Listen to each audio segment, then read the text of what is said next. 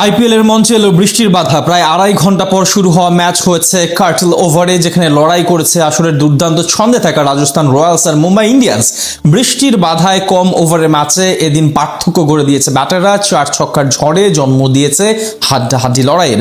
জমজমাট এই ম্যাচ শেষে জয়ের হাসি হাসলো কারা, সেটার বিস্তারিত থাকছে প্রতিবেদনে। গৌহাটিতে বেরসিক বৃষ্টি থেমে গেলেও 4 ছক্কার ঝড় বয়ে গেছে মুম্বাইয়ের বোলারদের উপর দিয়ে। যশস্বী জয়সওয়াল আর বৈভব সূর্যবংশীর তাণ্ডবে কোণঠাসা হতে হয়েছে জসপ্রীত বুমরা কিংবা ট্রেন্ট বোল্টের মতো বোলারদেরও। এদিন বৃষ্টি বাধায় 20 ওভারের খেলা নামিয়ে আনা হয় 11 ওভারে। কার্টেল ওভারের ম্যাচে প্রথম বল থেকেই চড়াও হন রাজস্থানের 2 ওপেনার। প্রথম ওভারে দীপক চাহারের সাথে ছেলে খেলায় মাতেন জয়সওয়াল।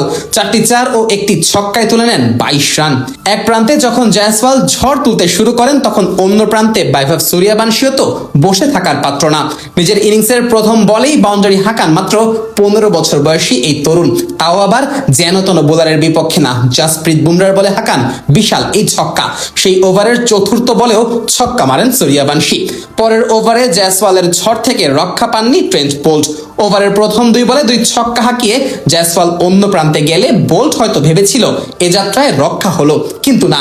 সূর্যবংশী নিজের প্রথম বলেই হাঁকালেন বিশাল এক ছক্কা, আর তাতে করে মাত্র 2 ওভার 4 বলেই দলীয় অর্ধশতকে পৌঁছে যায় রাজস্থান। সেই ওভারে 22 রান খরচ করেন কিউই এই বোলার। বাকি বোলাররা যখন একের পর এক বাউন্ডারি হজম করছিল, তখন কিপটে বোলিং করেন হার্দিক পান্ডিয়া। চতুর্থ ওভারে এসে রান দেন মাত্র 4। যদিও পরের ওভারে আবারও ঝড়, আবারও রানের চাকায় গতি আনেন সূর্যবংশী, হাঁকান 2টি ছক্কা ও একটি 4। তবে সেই ওভারের শেষ বলে অবশ্য ফিরতে হয়েছে সূর্যবংশীকে। বড় শট খেলতে গিয়ে বাউন্ডারিতে ক্যাচ দিয়েছেন এই ব্যাটার।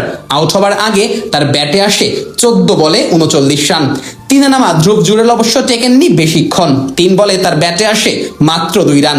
এরপর রাজস্থানের রানের চাকায় কিছুটা লাগাম টেনে ধরে মুম্বাইয়ের বোলাররা, আর তাতে করে ইনিংসের 8ম ওভারে গিয়ে দলীয় 100তে পৌঁছায় রাজস্থান।